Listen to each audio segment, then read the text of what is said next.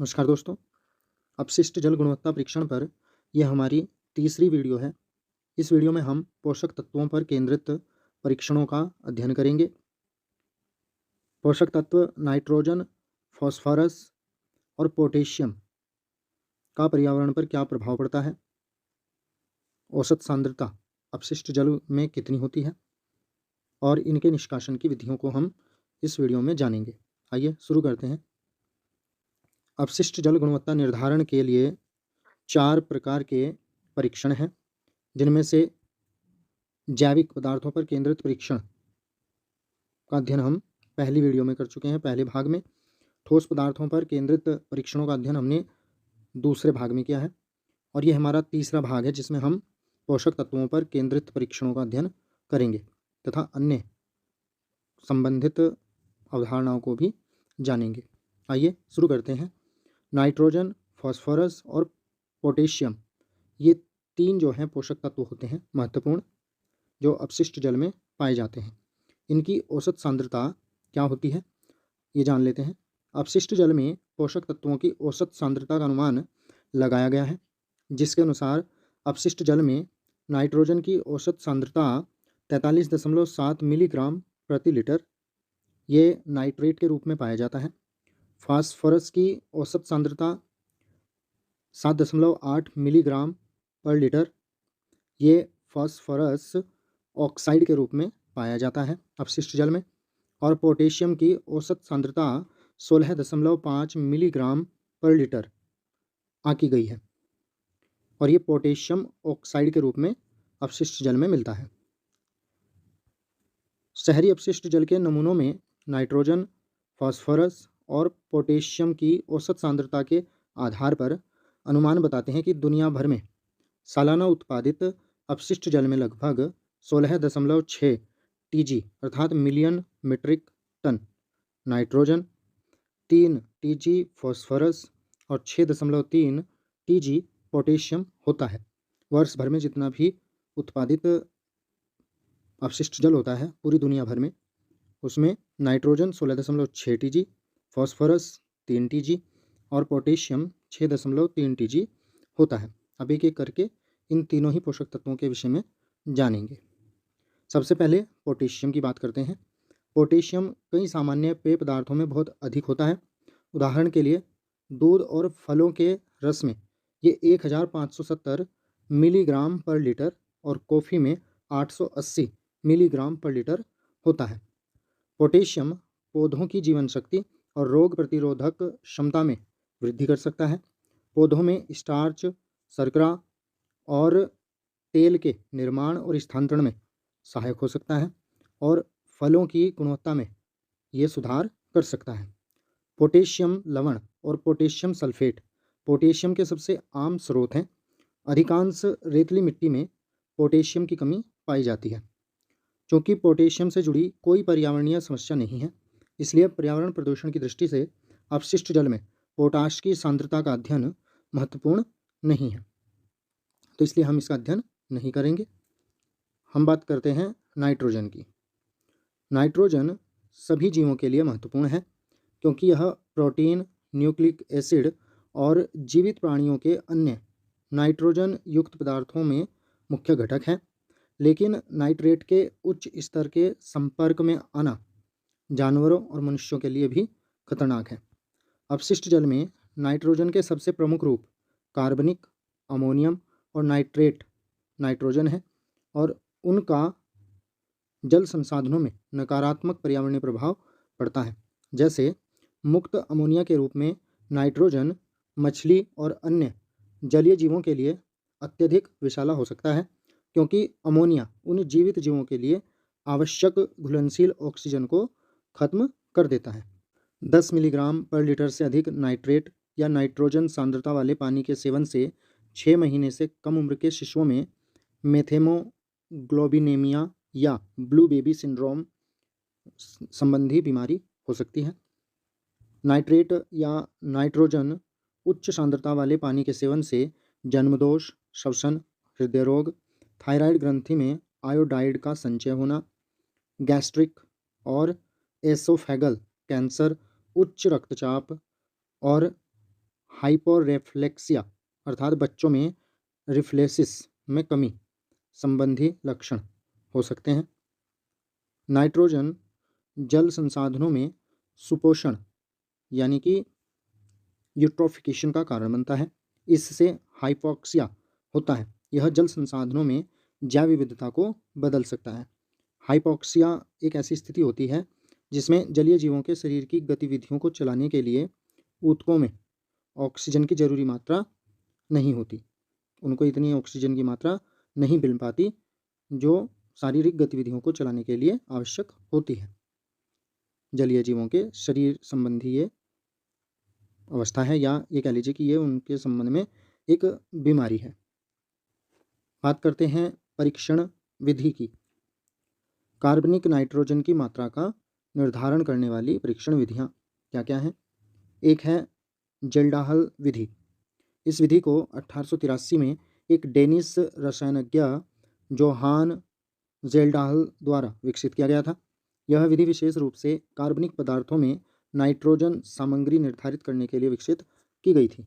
दूसरी विधि है परसल्फेट पाचन विधि 4500 NC यानी कि 4500 NC, या ये बोल लीजिए कि 4500 NC। ये विधि है परसल्फेट पाचन विधि। इसमें 100 से 110 डिग्री सेल्सियस पर क्षारीय ऑक्सीकरण द्वारा नाइट्रेट में सभी नाइट्रोजन यौगिकों के ऑक्सीकरण द्वारा कुल कार्बनिक नाइट्रोजन की मात्रा का निर्धारण किया जाता है। और तीसरी विधि है जो कार्बनिक नाइट्रोजन की मात्रा का निर्धारण करती है अपशिष्ट जल में या किसी भी जल संसाधन में इनलाइन परसल्फेट या अल्ट्रावायलेट डाइजेशन मेथड। यह है 4500 NB। तो ये विधि है कार्बनिक नाइट्रोजन की मात्रा के निर्धारण के लिए। अकार्बनिक नाइट्रोजन की मात्रा का निर्धारण कंडक्टिव मैट्रिक मेथड से किया जाता है जिसका नाम है 4500 ND। और कुल नाइट्रोजन की मात्रा का निर्धारण करने वाली विधि है 4500 NE विधि। ये विधि ऑक्सीजन या हवा के साथ एक उच्च तापमान सामान्यतः 720 से 950 डिग्री सेल्सियस दहन उत्प्रेरक प्रतिक्रिया का उपयोग करती है। यह विधि पाचन और पुनर्जलीकरण के लिए एक अलग चरण अपनाए बिना कुल ऑक्सीकृत नाइट्रोजन और जेल्डहल नाइट्रोजन सहित नाइट्रोजन के सभी रूपों का निर्धारण करती है। नाइट्रोजन का निष्कासन, अपशिष्ट जल से नाइट्रोजन को अलग करना। दुनिया में कई अपशिष्ट जल उपचार संयंत्र पर्यावरण में छोड़ने से पहले अपशिष्ट जल से प्रतिक्रियाशील नाइट्रोजन नहीं हटाते हैं। अपशिष्ट जल से नाइट्रोजन निकालने के लिए तृतीयक अपशिष्ट जल उपचार तकनीकों को लागू करने की आवश्यकता है जो प्रतिक्रियाशील नाइट्रोजन रूपों को हटाने को सुनिश्चित करती हैं। अपशिष्ट जल पोषक तत्व निष्कासन दो मुख्य श्रेणियों में आता है, रासायनिक और जैविक। रासायनिक अपशिष्ट जल उपचार सुविधाएं तृतीयक उपचार के लिए रसायनों केमिकल्स पर निर्भर हैं और पर्यावरण के प्रतिकूल और महंगी हैं। हालांकि नाइट्रोजन हटाने की जैविक तकनीकें पर्यावरण मित्र और सस्ती हैं, लेकिन इसके लिए अधिक निगरानी की आवश्यकता होती है। जैविक पोषक तत्व निष्कासन शहरी अपशिष्ट जल के तृतीयक उपचार के लिए महत्वपूर्ण विकल्पों में से एक है। इसमें अपशिष्ट जल से नाइट्रोजन और फास्फोरस के अवशोषण के लिए सूक्ष्म जीवों का उपयोग किया जाता है। नाइट्रोजन को हटाने की जैविक पोषक तत्व निष्कासन प्रक्रिया में दो चरण हैं। प्रथम चरण में अमोनियम को नाइट्रेट में ऑक्सीकरण अर्थात नाइट्रीकरण करने के लिए स्वपोषी सूक्ष्म जीवों का उपयोग होता है। नाइट्रीकरण के लिए शामिल सूक्ष्म जीव स्वपोषी जो होते हैं वो जेनेरा नाइट्रोसोमोनस और नाइट्रोबैक्टर हैं। यानी कि ये दो सूक्ष्म जीव हैं, स्वपोषी सूक्ष्म जीव, जिनका उपयोग इस प्रथम चरण में नाइट्रीकरण प्रक्रिया के लिए किया जाता है। इसके बाद दूसरे चरण में अर्थात डेनिट्रीफिकेशन में परपोषी सूक्ष्म जीवों द्वारा नाइट्रेट को नाइट्रोजन में परिवर्तित किया जाता है, जिसे विनाइट्रीकरण कहा जाता है।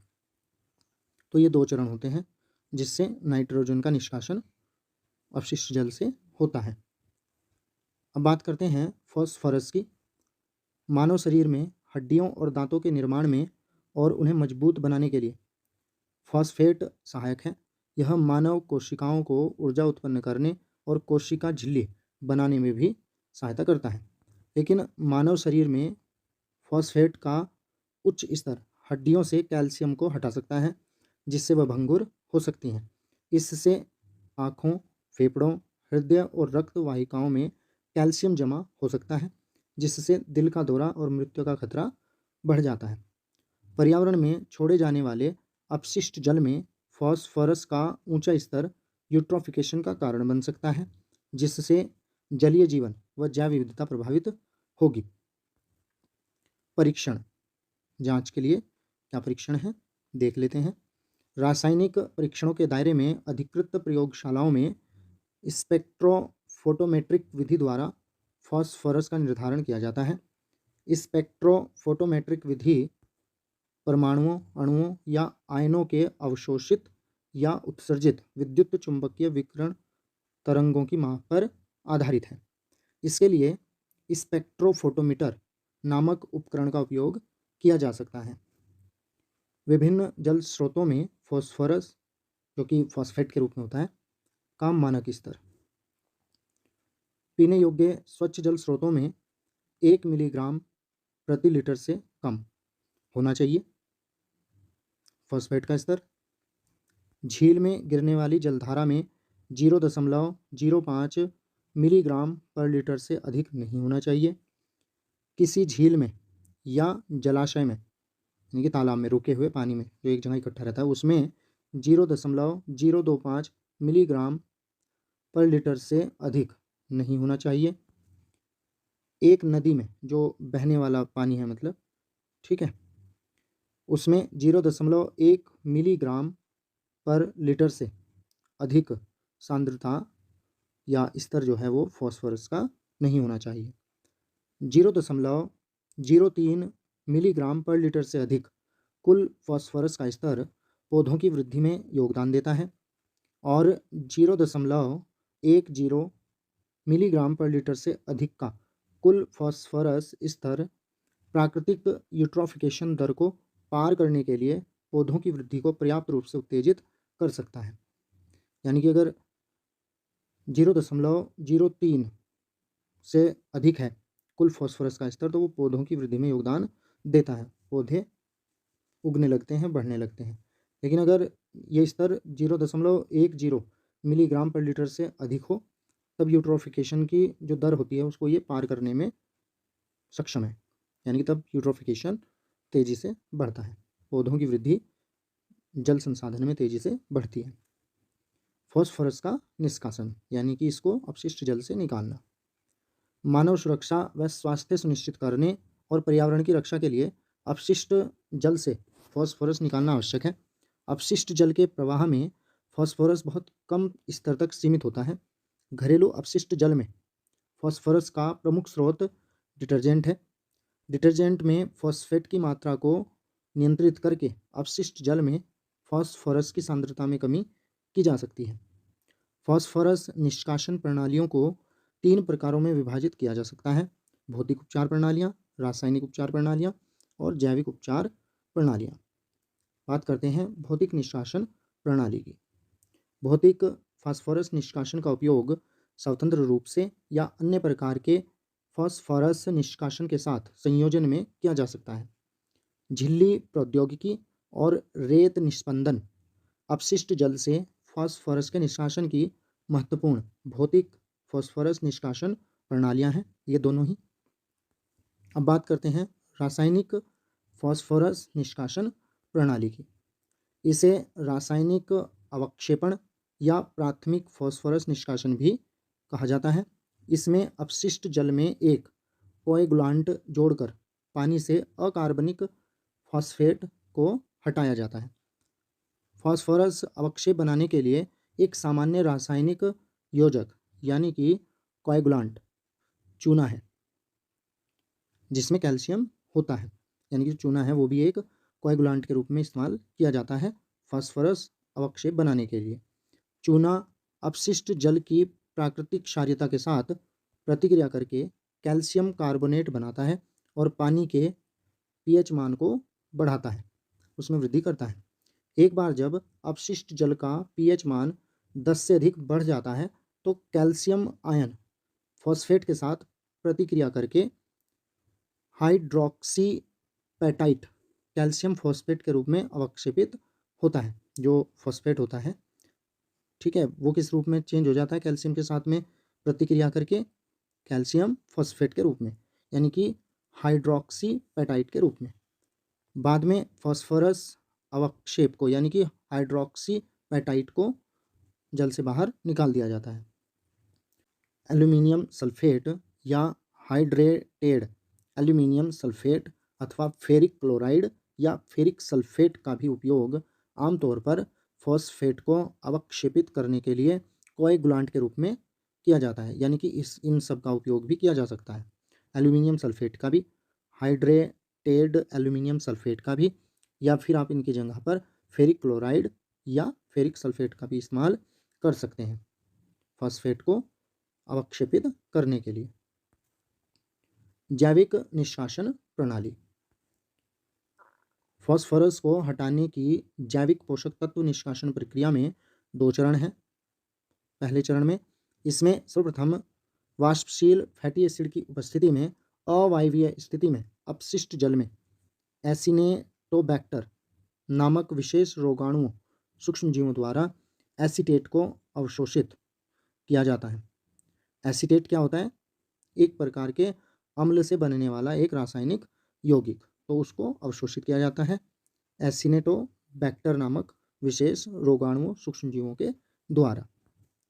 इसके बाद जो दूसरा चरण होता है वो वायवीय चरण होता है, जिसमें पॉलीफॉस्फेट संचय करने वाले सूक्ष्मजीवों द्वारा फॉस्फोरस को तेजी से ग्रहण किया जाता है।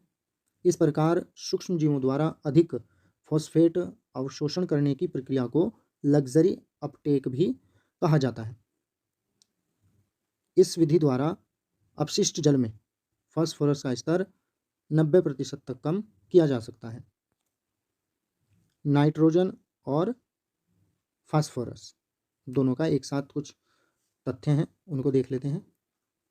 50 पाउंड शैवाल का उत्पादन करने के लिए जलाशय में केवल 1 पाउंड फास्फोरस और 7 पाउंड नाइट्रोजन की आवश्यकता होती है, और उस जलाशय में आप 500 पाउंड शैवाल का उत्पादन कर सकते हैं। नाइट्रोजन और फास्फोरस गैर बिंदु स्रोतों और बिंदु स्रोतों दोनों के माध्यम से सतही जल में प्रवेश करते हैं। बिंदु स्रोत प्रदूषण क्या होता है? जब प्रदूषण का स्रोत ज्ञात होता है इसे बिंदु स्रोत प्रदूषण कहा जाता है। जब आप ये पता लगा सकें कि किन किन कारणों से प्रदूषण हो रहा है। और गैर बिंदु स्रोत प्रदूषण, जब प्रदूषण का स्रोत ज्ञात नहीं होता है इसे गैर बिंदु स्रोत प्रदूषण कहा जाता है, और यह कई स्रोतों का मिश्रण भी हो सकता है। दूसरे शब्दों में गैर बिंदु स्रोत प्रदूषण का तात्पर्य व्यापक स्रोतों से होने वाले जल प्रदूषण से है जो स्पष्ट रूप से ज्ञात नहीं किए जा सकते। नाइट्रोजन और फास्फोरस के गैर बिंदु स्रोतों में शामिल हैं चट्टानों और खनिजों का प्राकृतिक अपघटन, तूफानी जल अपवाह, कृषि प्रदूषण एवं कटाव और अवसादन तथा वायुमंडलीय जमाव और जानवरों या वन्य जीवों द्वारा प्रत्यक्ष इनपुट, गोबर, मलमूत्र आदि। नाइट्रोजन और फास्फोरस के बिंदु स्रोतों में शामिल हो सकते हैं नगरपालिका सीवेज उपचार संयंत्र और औद्योगिक डिस्चार्जेज, जो उद्योगों से निकलने वाला अपशिष्ट है वो। सामान्य तौर पर गैर बिंदु स्रोत प्रदूषण बिंदु स्रोत प्रदूषण की तुलना में काफ़ी अधिक होता है। तो ये एक वीडियो थी हमारी पोषक तत्वों पर केंद्रित। परीक्षण इसमें हमने जाने हैं, पोषक तत्वों को जाना है, कौन कौन से पोषक तत्व हैं, मुख्य हैं नाइट्रोजन और फास्फोरस, इनसे क्या कुछ प्रभाव पड़ते हैं हानिकारक जीव जंतुओं पर, प्राणी जगत पर, इनको अलग करने की विधियाँ हमने इसमें देखी, और इनका निर्धारण किन विधियों से होता है उनका अध्ययन हमने इसमें किया है। उम्मीद करता हूँ कि ये वीडियो आपको पसंद आया होगा। Thanks for watching. Please like and share the video and subscribe my channel.